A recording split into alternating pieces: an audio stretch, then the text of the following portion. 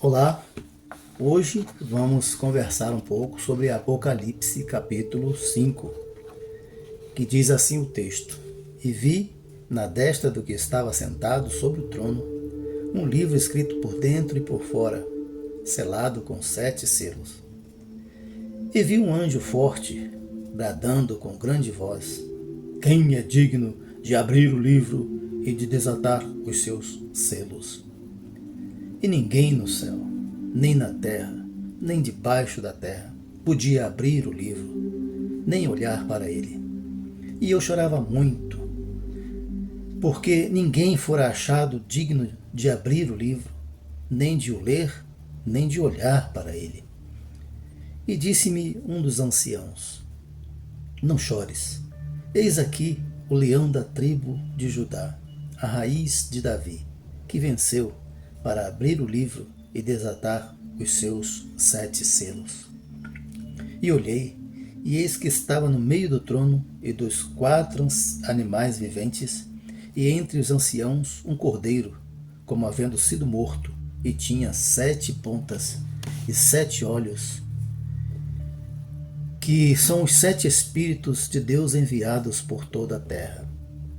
E veio e tomou o livro da destra do que estava sentado no trono, e, havendo tomado o livro, os 4 animais e os 24 anciãos prostraram-se diante do Cordeiro, tendo todos eles harpas e salvas de ouro cheias de incenso, que são as orações dos santos, e cantavam um novo cântico, dizendo: Digno és de tomar o livro e de abrir os seus selos, porque foste morto, e com o teu sangue compraste para Deus homens de toda tribo, e língua, e povo, e nação. E para o nosso Deus os fizeste reis e sacerdotes, e eles reinarão sobre a terra.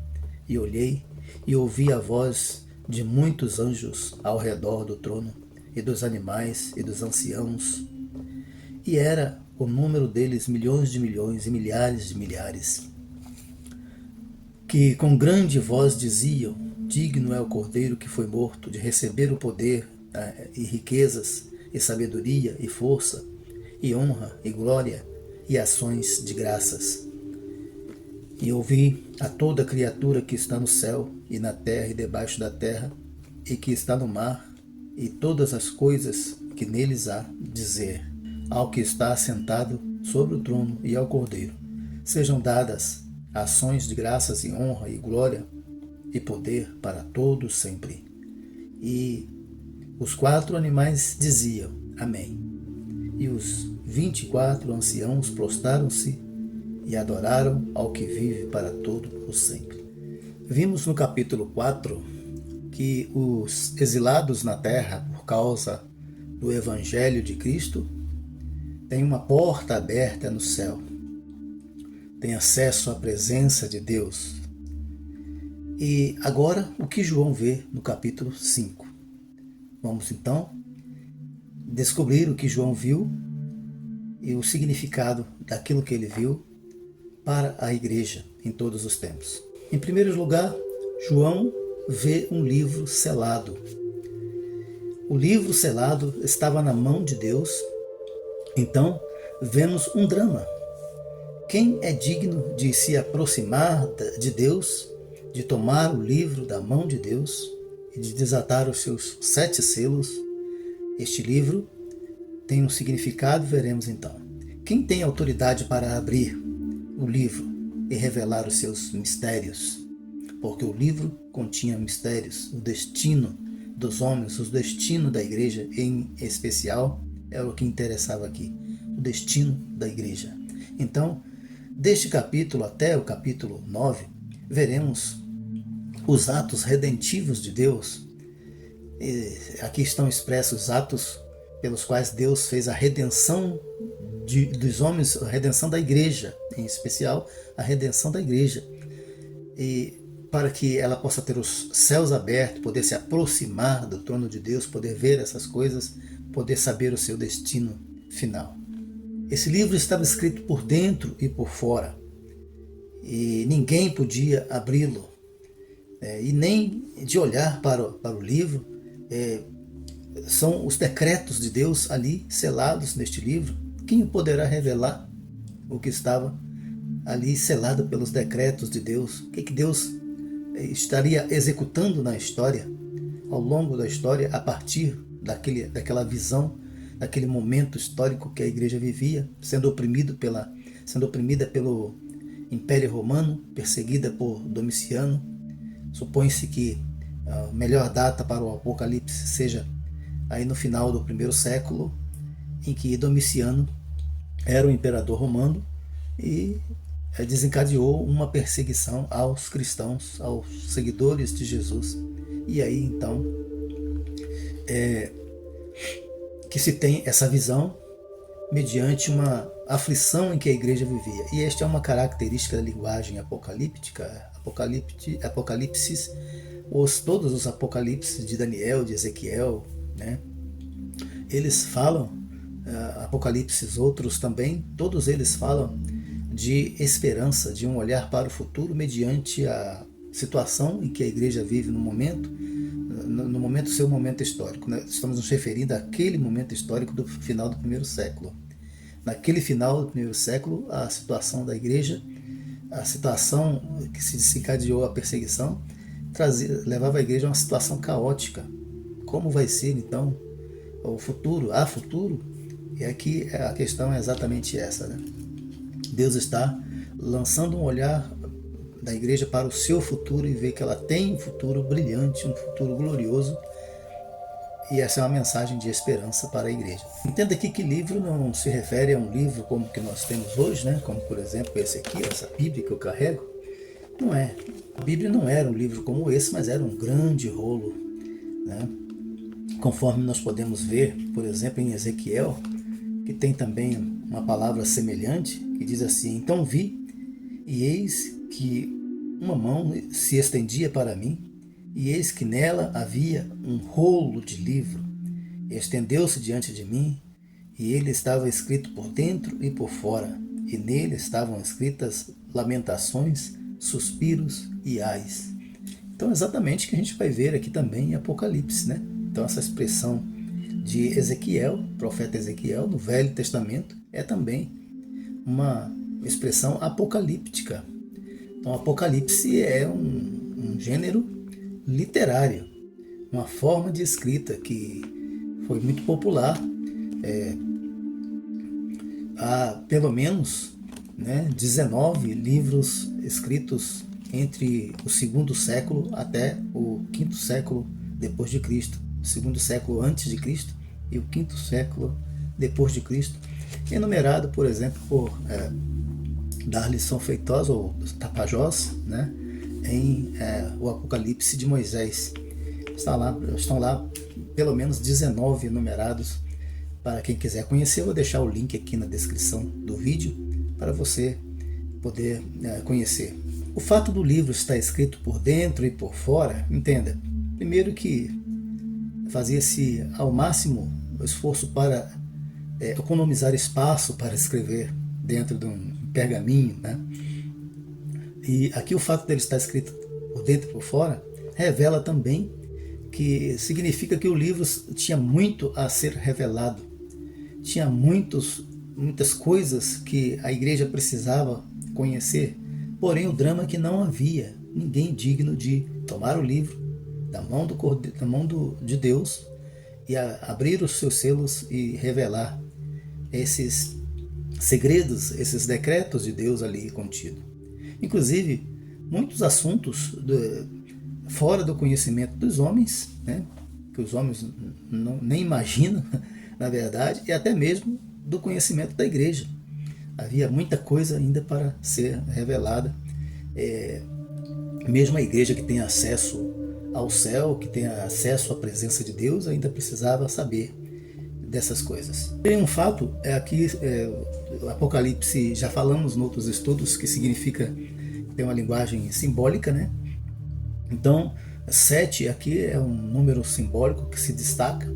Havia 7 selos porque é a verdadeira história e os acontecimentos que culminarão na justiça de Deus e a glorificação dos salvos no final da história. 7 é símbolo de perfeição e completude, né? Então, neste caso, a história está perfeitamente fechada segundo os desígnios daquele que está sentado no trono.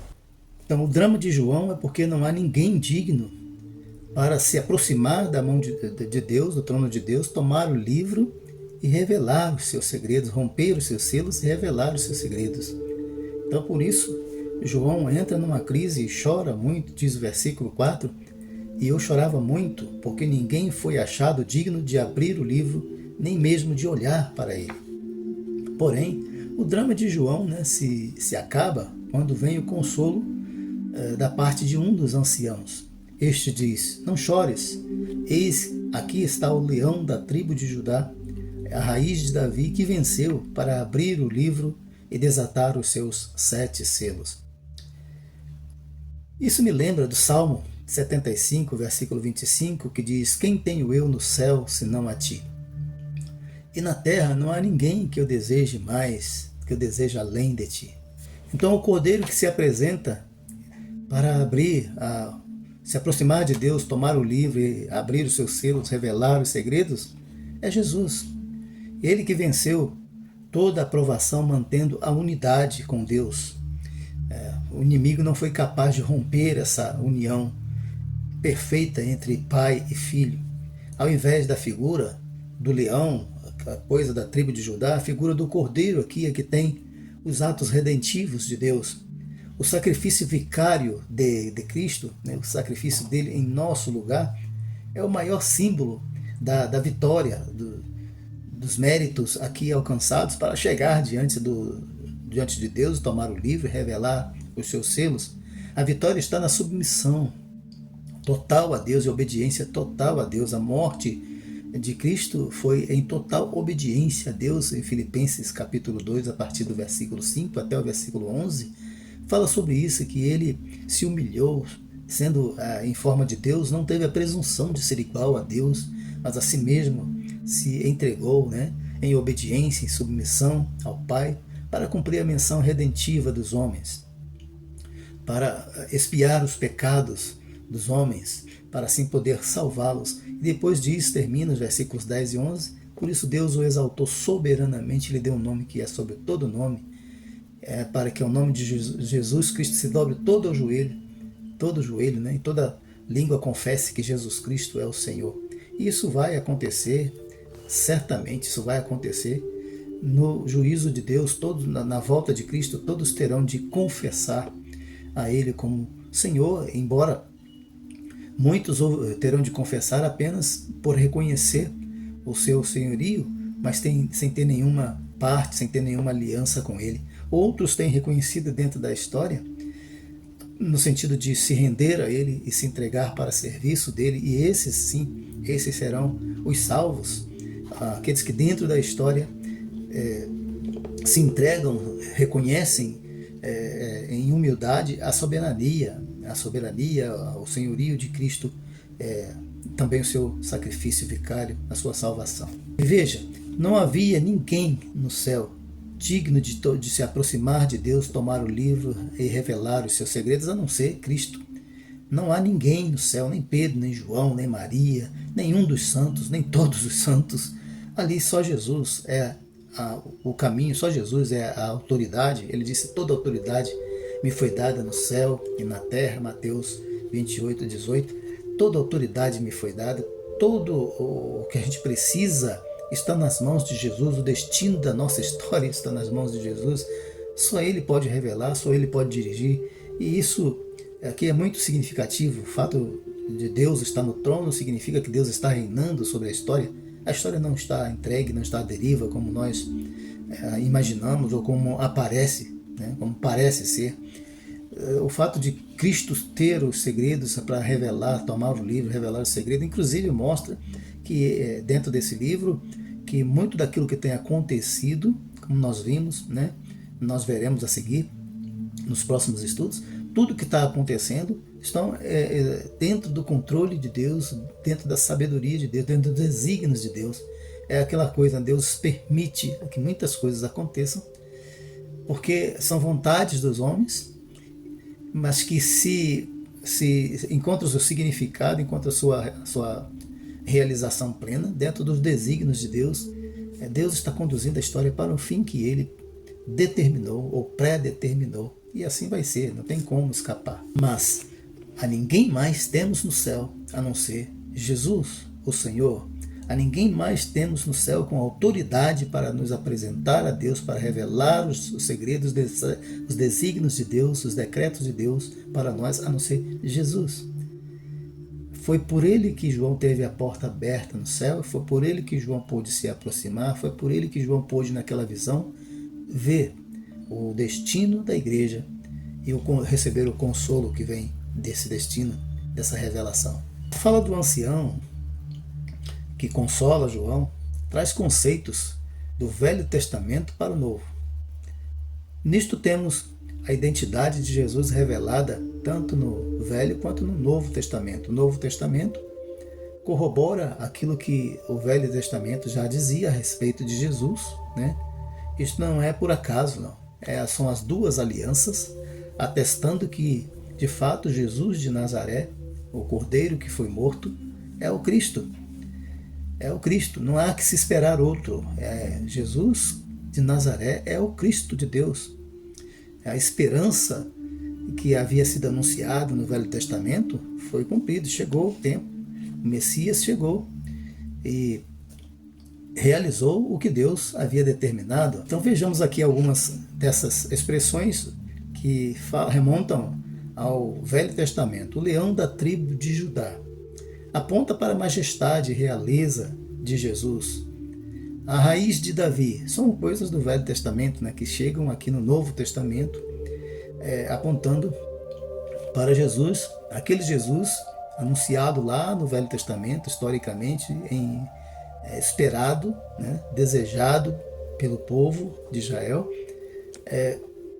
Aponta que Jesus é esse leão da tribo de Judá, a raiz de Davi, que aponta para a linhagem de Jesus, segundo as profecias feitas a Davi, conforme nós vemos o profeta Isaías, o profeta Jeremias. Nós vemos as profecias falando a respeito de um Messias que assim viria, é o leão da tribo de Judá, a raiz de Davi. O fato de Jesus se apresentar ali como Cordeiro indica o sofrimento de Cristo, né? O sofrimento de Cristo para tirar os pecados do mundo. Também revela o meio pelo qual Cristo venceu Satanás e conquistou um nome sobre todo nome, conforme já mencionei aqui agora há pouco, sobre Filipenses 2, de 5 a 11. Então, o meio pelo qual Jesus executou a justiça de Deus, sofreu a justiça de Deus em prol dos homens. E isso se representa a vitória sobre Satanás. Muitas vezes a gente pensa que vitória está batendo, né? Está por cima, está dominando dentro da história as coisas. Mas não. Aparentemente, para quem olhava para Jesus na cruz, estava derrotado. As pessoas olharam assim para ele, muitos zombaram assim dele. Olha, está derrotado, acabou, não tem mais o que fazer. Mas no terceiro dia tudo muda, porque Deus tem o controle da história, e por mais que as coisas pareçam caóticas, parece que estejam derrotadas, Deus traz a vitória, Deus exerce a vitória, porque Deus é o justo juiz, Ele vê onde o homem não consegue ver. A justiça do homem é falha, mas a de Deus não. Então Deus está conduzindo a história e faz com que as coisas da sua justiça, da sua vontade soberana se cumpram. Por isso Jesus ressuscitou, porque Deus viu que Ele era justo, Deus viu que Ele era verdadeiro, Deus viu nele a sinceridade, a humildade, Deus o determinou para cumprir a missão e Ele cumpriu. E Jesus disse, eu sou o caminho. Então esse é o caminho da humildade, o caminho do seguir o exemplo de Cristo. E é isso que é ser cristão, e é isso que nós precisamos ser, cristãos que seguem a Jesus, que confiam na justiça de Deus, mesmo que venhamos a sofrer. E é por isso que ninguém pode derrotar, pode deter a igreja, com todas o sofrimento que se tem causado na face da terra. A igreja não parou, continua. Por tantas perseguições que houve e que há em todas as formas hoje em dia, a igreja não para, a igreja continua. A verdadeira igreja de Jesus vai continuar. Então Jesus Cristo é o único digno de abrir o livro desvendar a história. E ele foi o personagem central que moveu a história em esperança no Velho Testamento e é o personagem central do Novo Testamento, que aponta para um futuro glorioso para a igreja e o destino dos homens. Então ele é o personagem central da Bíblia, de toda a história da salvação, de toda a história do povo de Israel, de toda a história da igreja. É facilmente percebido nas expressões de sua chegada, através do seu nascimento. Lembra-se que cantaram os anjos, os homens tiveram muita alegria na sua chegada, e assim é facilmente percebido também no exercício do seu ministério, todo o seu ministério, da sua morte, da sua ressurreição e do seu ministério pós-ressurreição. Ele continuou dirigindo a história. É isso que nós vemos no livro de Atos dos Apóstolos. Jesus continua operando na terra através da sua igreja cheia do Espírito Santo, em comunhão com o Espírito Santo. Então Jesus continuou operando e continua operando, e ninguém vai poder parar isso. Então agora, por exemplo, Jesus a visão de João, a visão de João em Apocalipse, por exemplo, é de um Jesus na glória, entronizado, glorioso, mas ainda continua. Ele exerceu seu ministério terreno. Depois de exercer esse ministério terreno, ele continua sendo o personagem principal que desvenda a história, que orienta, que corrige a igreja e dá esperança à igreja, àqueles que são seus. Jesus continua sendo o assunto principal da história nos dias de hoje. O texto que nós lemos aqui também, de Apocalipse 5, menciona no versículo 6, 7 chifres, 7 olhos, ou 7 pontas e 7 olhos. O que significam isso? Significa governo, poder, autoridade. Também 7 olhos significa conhecimento completo, perfeito. É o Espírito de Cristo, o Espírito de Deus.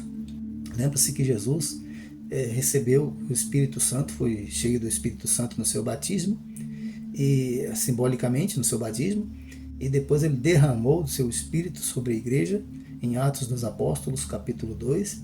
E então o Espírito, essa expressão 7 Espíritos significa o Espírito de Cristo, significa o Espírito de Deus, significa onipotência, conhecimento, visão completa das coisas, visão perfeita de todas as coisas, não apenas visão física, mas visão espiritual de todas as coisas. Aqui está falando de onipotência e onisciência de Deus. No versículo 7 e 8, Jesus se dirige ao trono, diante do trono, e toma o livro das mãos de Deus, pega o livro.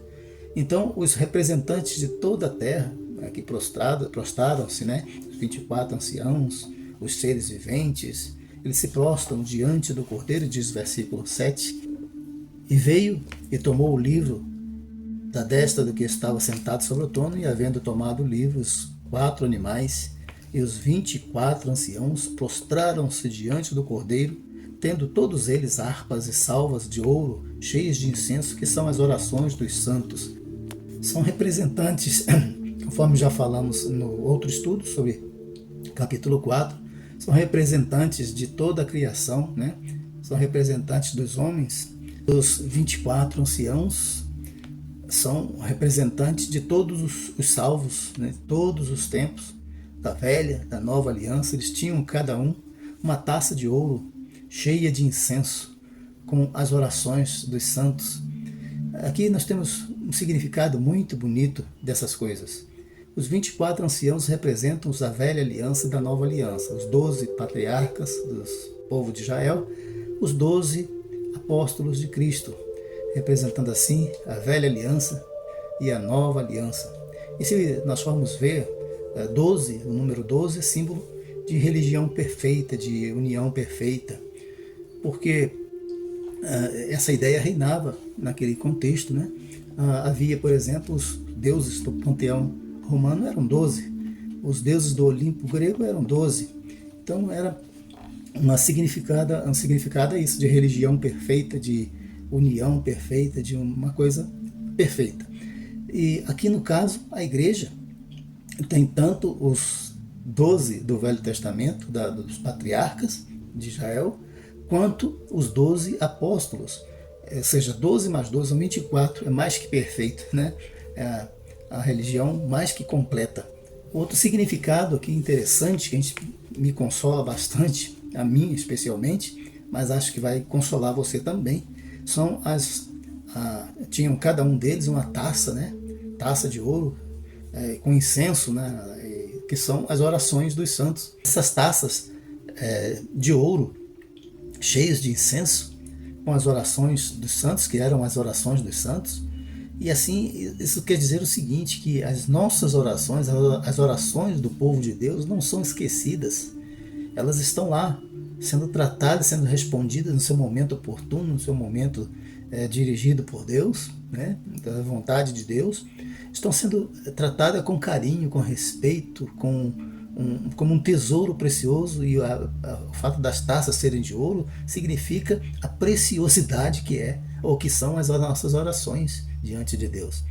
Então, é por isso que elas são tratadas assim, com taça de ouro, com coisas preciosas, como coisas importantes, né? Como coisas sagradas diante de Deus. Deus tem um profundo apreço pelas nossas orações, por isso devemos orar, não podemos desanimar. Gosto de Lucas 18:1, que Jesus contou uma parábola sobre o dever de orar sempre e nunca desfalecer. O próprio Jesus deu muitos exemplos de vida de oração. Às vezes trabalhava o dia inteiro e passava a noite toda orando. A oração, eu tenho dito, é um ministério à disposição de todos aqueles que creem. Todos aqueles que creem em Cristo podem orar. Há coisas que só o pastor pode fazer, que só o pregador pode fazer, que só o profeta pode fazer. Há coisas que só o líder pode fazer, é liderar, né? Mas qualquer pessoa, mesmo sendo um analfabeto, pode orar. Qualquer pessoa, mesmo sendo aleijada, mesmo não tendo condições de sair para nada, pode orar. Você não precisa de conhecimento, de grandes conhecimentos, não precisa saber falar bem, só precisa orar. Só precisa de orar a Deus. Isso todo mundo pode fazer. É um ministério a serviço, à disposição de todos. Essa taça estava cheia de incensos. E incenso era isso, aquele aroma que sobe de forma agradável para Deus. As orações são assim. As orações dos crentes são assim. Por isso devemos orar. Então aqui nós vemos que as orações são um ato de adoração à disposição de toda pessoa, qualquer pessoa. Depois, nos versículos de 9 a 14, nós vemos aqui que a terra e o céu se reúnem em adoração. Em destaque nessa adoração está a dignidade do Cordeiro para tomar o livro, para desvendar os seus segredos, abrir os seus 7 selos. Né? Ele é a alegria por ser o mediador, o único digno de desvendar a história. Ele é a alegria por ser a providência de Deus para salvar o homem. Aleluia. Jesus Cristo é o recurso que Deus estabeleceu para nós, para mim, para você. Seja humilde para reconhecer isso. E é nisso que está a salvação. Apenas nisso. Ser humilde para reconhecer que a palavra de Deus é a verdade e que ela pode salvar você. Que Jesus é o único caminho. Que Jesus é o único mediador. Que Jesus é o recurso que Deus estabeleceu. Se você não aceitar nisso, estará perdido. Quem não aceitar isso estará perdido. É preciso reconhecer humildemente que a verdade está na palavra de Deus. Versículo 9, os salvos cantam a dignidade do Cordeiro. As multidões de anjos celestiais cantam a dignidade do Cordeiro. No versículo 12 diz, né, que com grande voz diziam, digno é o Cordeiro que foi morto, de receber o poder, a riqueza, a sabedoria, força e honra e glória e ações de graças. Ou seja, toda a adoração.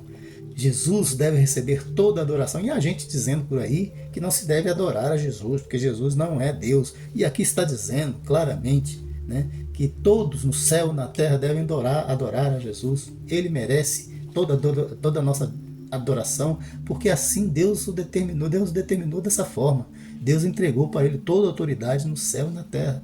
Ele é o recurso que nos representa diante de Deus, que pode desvendar os mistérios de Deus, os decretos de Deus para nós. Estão tudo na mão dele. Nele reside todo o poder de Deus Nele reside a expressão da salvação que Deus quer para todos nós.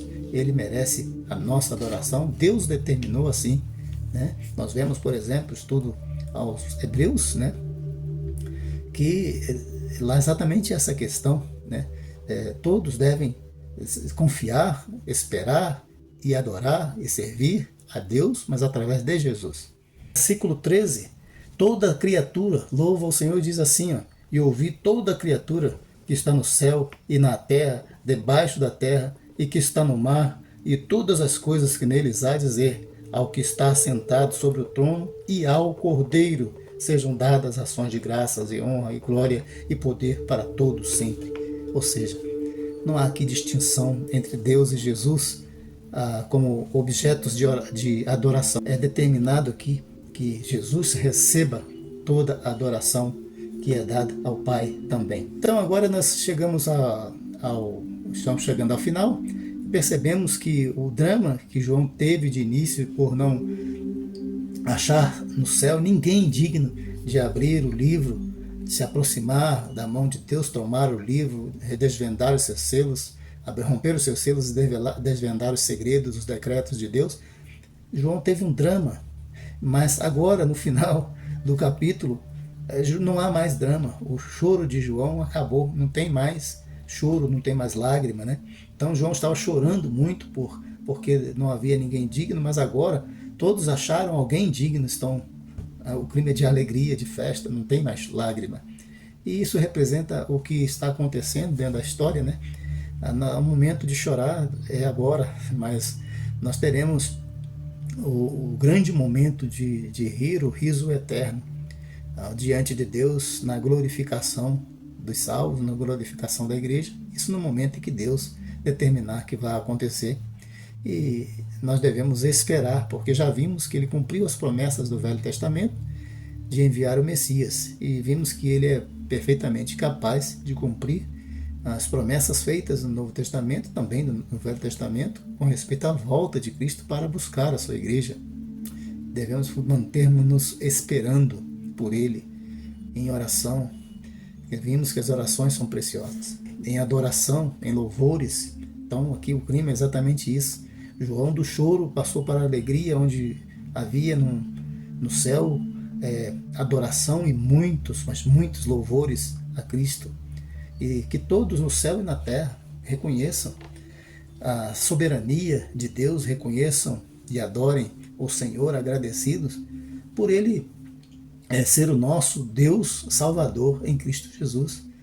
Renda-se a ele, reconheça o seu poder, a sua autoridade, junte-se à multidão celestial que adora a Deus, que louva o Criador e o seu Cristo Salvador, né, como o único no céu e na terra que pode nos salvar.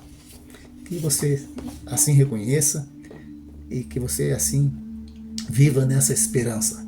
O Apocalipse é uma mensagem de esperança. A igreja estava em aflição, estava sendo perseguida, mas a mensagem do Apocalipse, essa é uma linguagem da literatura apocalíptica.